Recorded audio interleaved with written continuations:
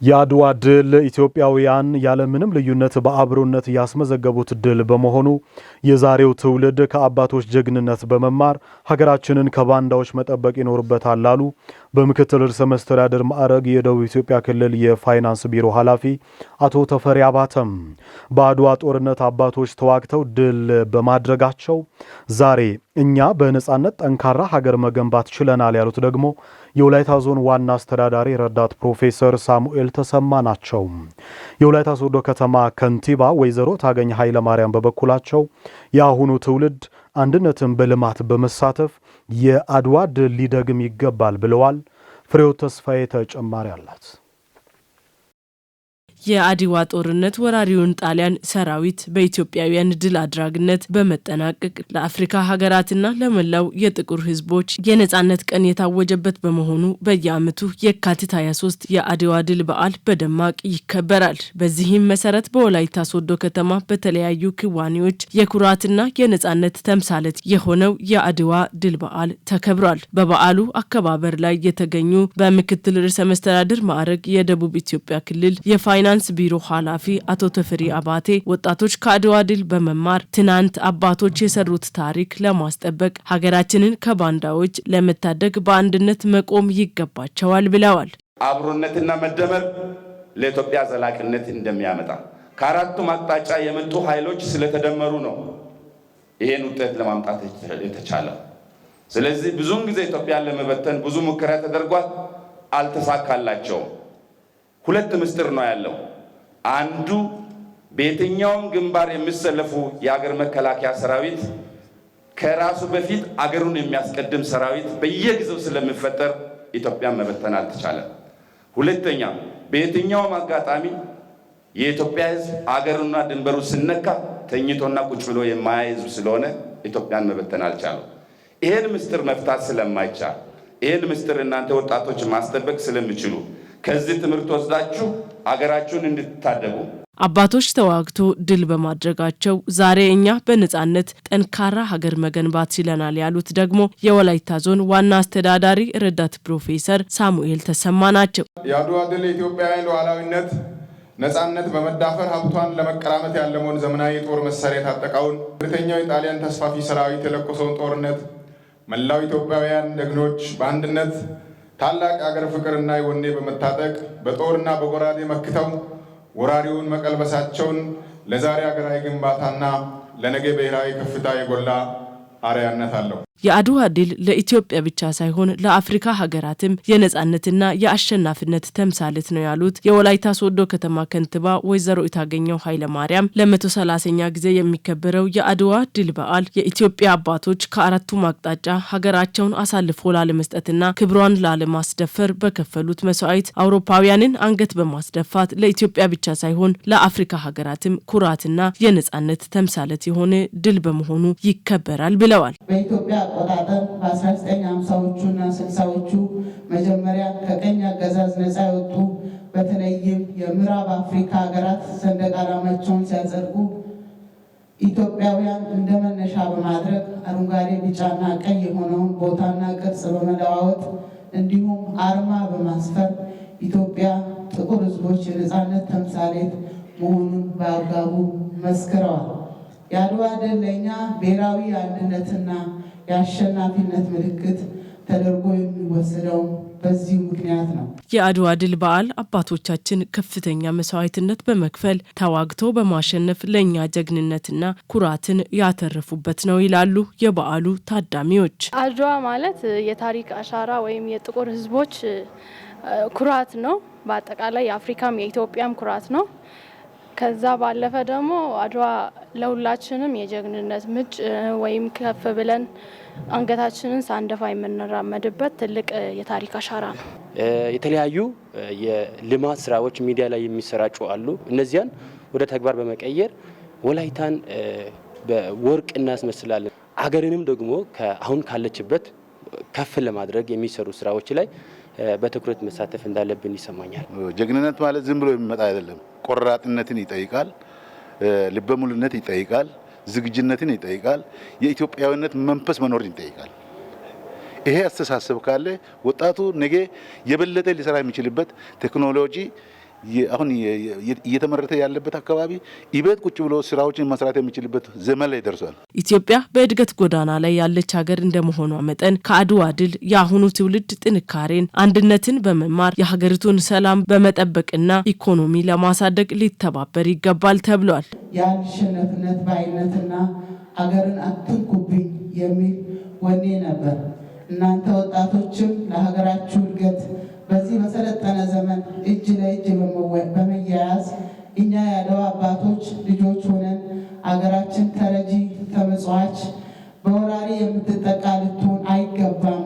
የአድዋን ድል ችቦ ከማብራት ጎን ለጎን ለተጽዕኖ ሸብረክ የማይል ዘላቂ የተሟላ እድገትና ልማት እውን ሊሆን የሚችለው የፖለቲካ ነጻነት በኢኮኖሚ ነጻነት ሲታጀብ በመሆኑ የሀገራችን ሉዓላዊነት የህዝቦቻችንና የግዛት አንድነት ቀጣይነት ለማረጋገጥ በተጓዳኝ ሰፋፊ የኢኮኖሚ ሪፎርሞችና የህዝቦቻችን ሁለንተናዊ ተጠቃሚነት ለማረጋገጥ የጀመርነው ትግል አጠናክረን እንቀጥላለን። ለዘመናት በእንጉርጉሮና በምሾ የነበረው አባይ ግድብን ገድበን አንድ የዚህ ትውልድ አሻራ አድርገናል። ከ130 ዓመት በኋላ አንድ የሚያደርገን አይችሉም የተባለው። ስለዚህ ለኛ ዋስትና የምንሆነው እኛ በአንድነት መቆም ነው። እንደተባለው አገራችን 70% የሚሆን ወጣት ያቀፈች ሀገር ነው። ወጣት ለሀገር ግንባታ ትልቅ አስተዋጽኦ አለው። የአድዋ ድል የኢትዮጵያውያን ብቻ ሳይሆን የመላው ጥቁር ህዝቦችና የአፍሪካውያን የጋራ ድል መሆኑን የተለያዩ የአፍሪካ ሀገራት ሚኒስትሮችና ከፍተኛ የመከላከያ አመራሮች ገለጹ። ሁለተኛው የአፍሪካ መከላከያ ሚኒስትሮች ኮንፈረንስ ከአኩሪ ታሪክ ወደ ብሩህ አድማስ በሚል መሪ ሐሳብ ተካሂዷል። በጉባኤው ላይ የተገኙት ሚኒስትሮችና ወታደራዊ መሪዎች እንዳሉት የአድዋ ድል ለአህጉራዊ አንድነትና ልማት ትልቅ ትምህርት የሚቀሰምበት መሆኑን አረጋግጠዋል። መሰዊያ አስቀል ሁለተኛው የአፍሪካ መከላከያ ሚኒስትሮች ኮንፈረንስ ከአኩሪ ታሪክ ወደ ብሩህ ተስፋ አድማስ በሚል መሪ ሐሳብ ተካሂዷል። በጉባኤው ላይ የተገኙት ሚኒስትሮችና ወታደራዊ መሪዎች እንዳሉት የአድዋ ድል ለአህጉራዊ አንድነትና ልማት ትልቅ ትምህርት የሚቀሰምበት መሆኑን አረጋግጠዋል። የአህጉሪቷን ውስብስብ ስትራቴጂካዊ ሁኔታ ለመቋቋም ወታደራዊ ትብብርን ማጠናከር፣ መረጃ መለዋወጥና ጥረቶችን ማቀናጀት ወሳኝ መሆኑንም ጠቅሰዋል። የኬንያ መከላከያ ሚኒስትር ሶልፐንቱያ እንዳሉት የአድዋ ድል የኢትዮጵያ ታሪክ ብቻ ሳይሆን የመላው ጥቁር ሕዝብ የማንነትና የነጻነት አርማ ነው። ድሉ በአውሮፓውያን የቅኝ አገዛዝ ቀንበር ስር ለነበሩ አፍሪካውያን የይቻላል የተስፋ ብርሃን የፈነጠቀና ለፓን አፍሪካዊነት እንቅስቃሴ መሰረት የጣለ ታላቅ ክስተት መሆኑን ተናግረዋል። አድዋን ወደ ኋላ የምናይበት ታሪክ ብቻ ሳይሆን ወደፊት የምንመለከትበት መነጽር ሊሆን ይገባል ያሉት ሚኒስትሯ የአድዋ ድል መሰረት ጽኑ አንድነትና የማይበገር የሀገር ፍቅር መሆኑን አስገንዝበዋል። It is a joint victory for Africa. So it's not just for Ethiopia, and that's why we are here ይህ የአድዋ ድል ለኢትዮጵያ ብቻ ሳይሆን የመላው አፍሪካ የጋራ ድል ነው። ለዚህም ነው ከዛሬ ጀምሮ ወደፊትም ልናከብረው እዚህ የተገኘ ነው። ስለዚህ እኛ ወደ ኋላ ብቻ ሳይሆን ወደፊትም እየተመለከትን ነው። በአሁኑ ወቅት በዓለም ላይ ያለው ሰላምና ደህንነት ሁኔታም እጅግ አሳሳቢ በመሆኑ በምቾት ልንቀጥልም አንችልም። ከአድዋ የጋራ ትግል ትምህርት መቅሰም ይኖርብናል። We have to pick up from the collective struggles that Adwa demonstrates for us.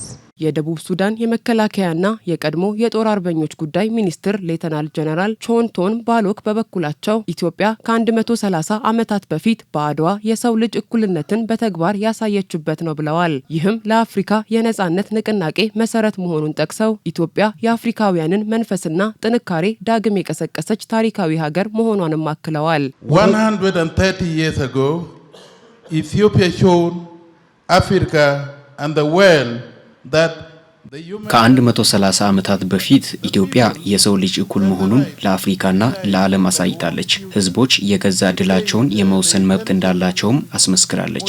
ይህም በመላው አህጉርና በዓለም ላይ ለተቀጣጠሉት የጸረ ቅኝ አገዛዝ ንቅናቄዎች መሰረታዊ መነሳሳትና መደላደልን የፈጠረ ሲሆን በ1950ዎቹና 1960ዎቹ ለብዙ አገራት ነፃ የመውጣት መንገድን ጠርጓል። ኢትዮጵያ ለአፍሪካውያን መንፈስና ጥንካሬን በድጋሚ ገልጻል ቀስቅሳዋለችም። And beyond, Ethiopia redefined and reawakened the spirit and might of the Africans. የዚምባብዌ የመከላከያ ምክትል ሚኒስትር ብርጋዴር ጀነራል ሌቪ ማሂሎሜ እንዳሉት ኢትዮጵያ ድሉን የተቀዳጀችው በማንም ድጋፍ ሳይሆን በሀገራዊ አንድነቷ መሆኑ ለሌሎች ሀገራት ትልቅ ኩራት ነው። ይህ ነጻነትን በራስ ጥረት ማስጠበቅ ዛሬም ቢሆን ታላላቅ ሀገራዊ ፕሮጀክቶችን በራስ አቅም ለመገንባትና በኢኮኖሚ ራስን ለመቻል ለሚደረገው ጥረት እንደ ትልቅ መነሳሳት እንደሚቆጠር ገልጸዋል። Ethiopia, the Battle of Adwa, they won their own. ኢትዮጵያ ግን የአድዋን ጦርነት በራሷ ጥንካሬ አሸንፋለች። ይህንን ያደረገችው በገዛ ሀብቷና በሀገራዊ አንድነቷ ሲሆን ይህም ለኛ ትልቅ መነሳሳትን ይሰጠናል። ወደ ኋላ መለስ ብለን ስንመለከት ኢትዮጵያ በጭራሽ በቅኝ ግዛት ያልተያዘች ብቸኛ የአፍሪካ ሀገር መሆኗን ሁልጊዜ እንናገራለን። የሚገርመው ግን ያ ያለ ቅኝ ግዛት መቆየቷ ዛሬም በልማት ረገድ ግንባር ቀደም ምሳሌ እንድትሆን አድርጓታል።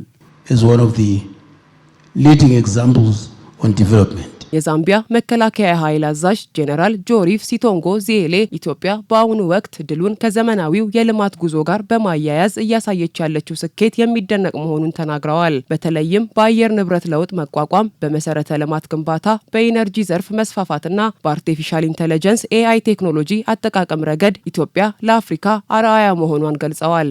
As we celebrate this important day, ይህንን ታላቅ ቀን ስናከብር የመከላከያና የወታደራዊ ትብብራችን ወሳኝ እየሆነ መጥቷል። ይህም መረጃ እንድንለዋወጥ ጥረቶቻችንን እንድናቀናጅና ባልተረጋጋውና ውስብስብ በሆነው ስትራቴጂካዊ ሁኔታ ውስጥ የጋራ አቅማችንን እንድንጠቀም ያስችለናል። አገራችሁ ባለፉት ዓመታት የተከተለችው የልማት ሞዴል የሚደነቅና የሚከበር ነው። ጠንካራ የመሰረተ ልማት ግንባታ፣ የኢንጂነሪንግ ዘርፍ መስፋፋትና እንደ አርቲፊሻል ኢንተለጀንስ AI ባሉ ዘመናዊ ቴክኖሎጂዎች ላይ ያሳያችሁት ተሳትፎ እጅግ ከፍተኛ ነው። Expansion of the energy sector and technological mainstreaming in main areas such as artificial intelligence. የአድዋ ድል ትላንት ነጻነትን እንዳመጣ ሁሉ ዛሬ ደግሞ ለአፍሪካ ብልጽግናና ሰላም መከበር እንደ ዋነኛ መነሳሻ ሊያገለግል እንደሚገባ በኮንፈረንሱ ላይ ተመላክቷል ሲል ኢዜአ ዘግቧል።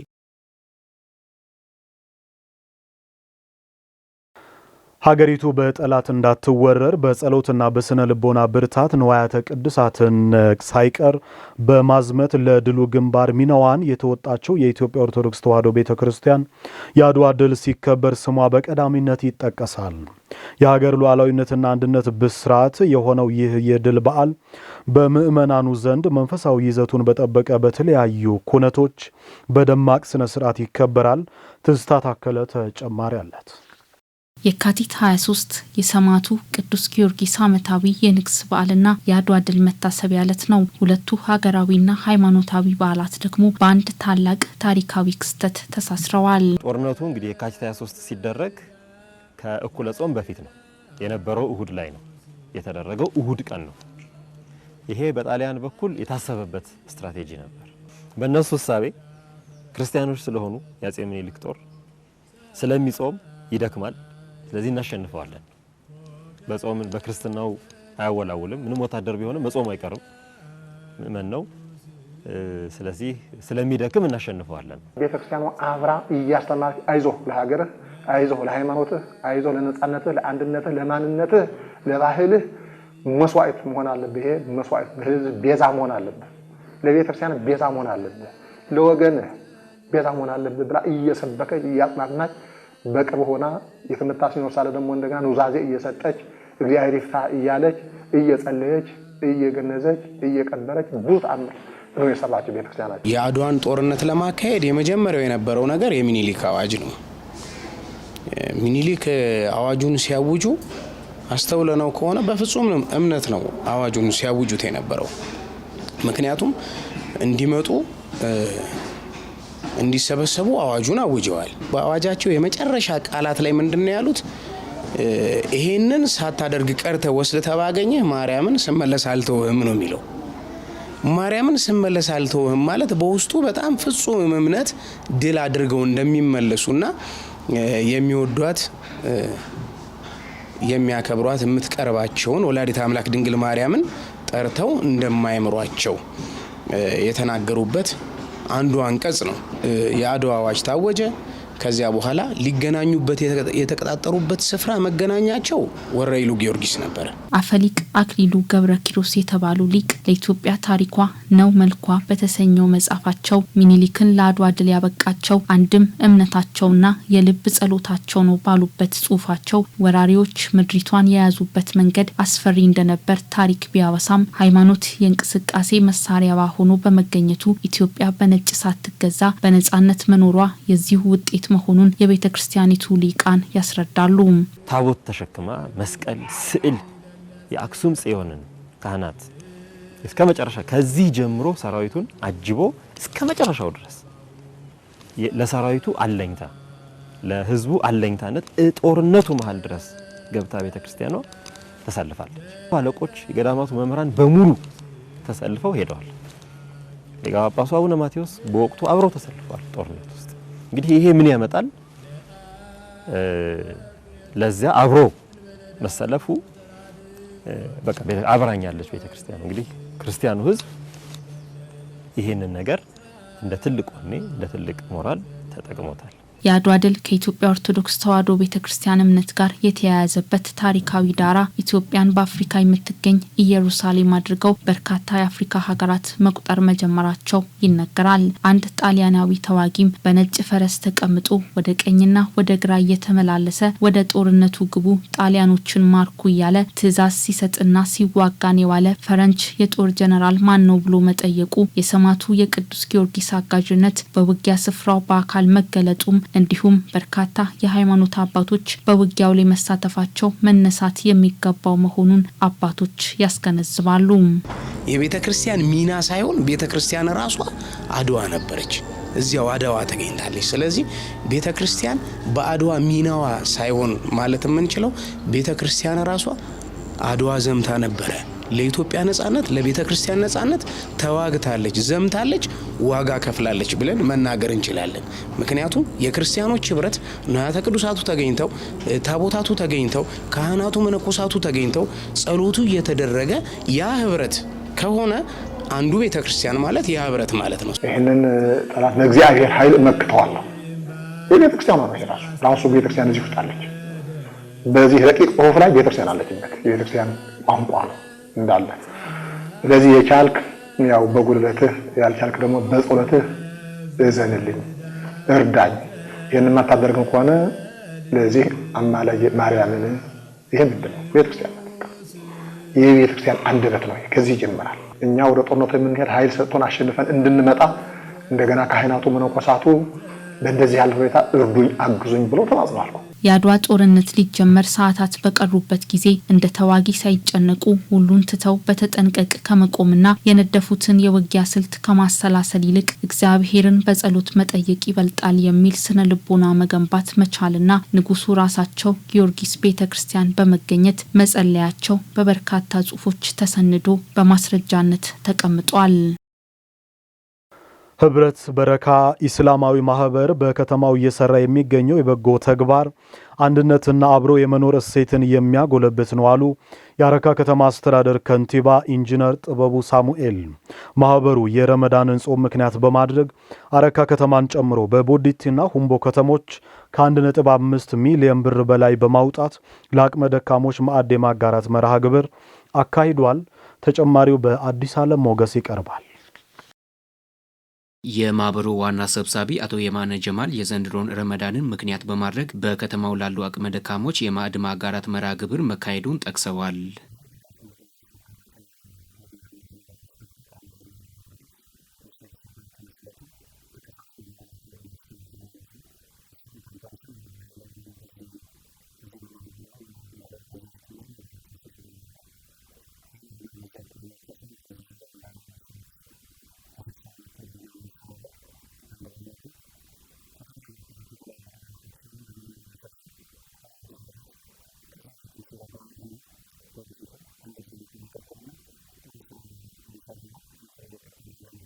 ድጋፉ አረካ ከተማን ጨምሮ በቦዲቲና በሁምቦ ወረዳ ከ1.5 ሚሊዮን ብር በላይ የሚያወጡ የተለያዩ እህሎች መሆናቸውንም ተናግረዋል።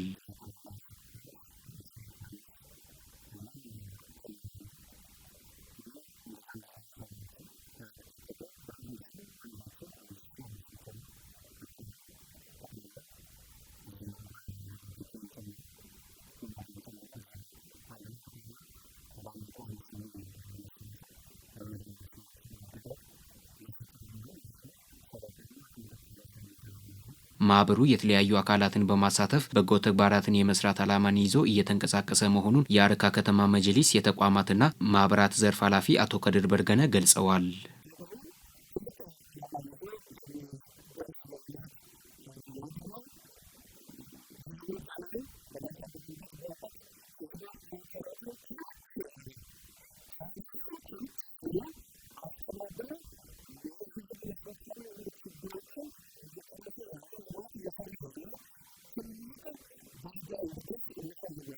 በመርሃ ግብሩ ላይ የተገኙት የአረካ ከተማ ከንቲባ ኢንጂነር ጥበቡ ሳሙኤል ህብረት በረካ እስላማዊ ማህበር ከዚህ በፊትም በከተማው የተለያዩ ማህበራዊ ኃላፊነቶችን ሲወጣ ቆይቷል በማለት እነዚህ ስራዎች የአብሮነት እሴትን የሚያጠናክሩ ናቸው ብለዋል።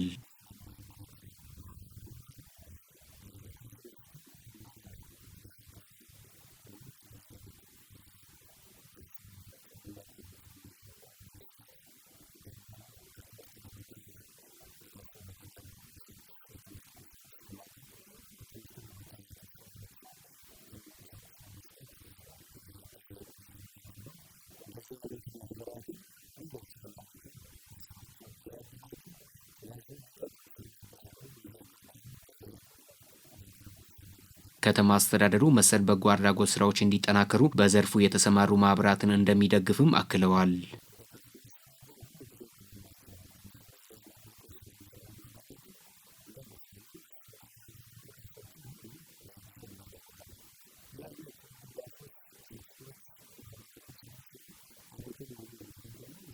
ድጋፍ የተደረገላቸው የህብረተሰብ ክፍሎችም ማህበሩ አቅማቸውን አይቶ ይህንን ድጋፍ ስላደረገላቸው ምስጋናቸውን አቅርበዋል።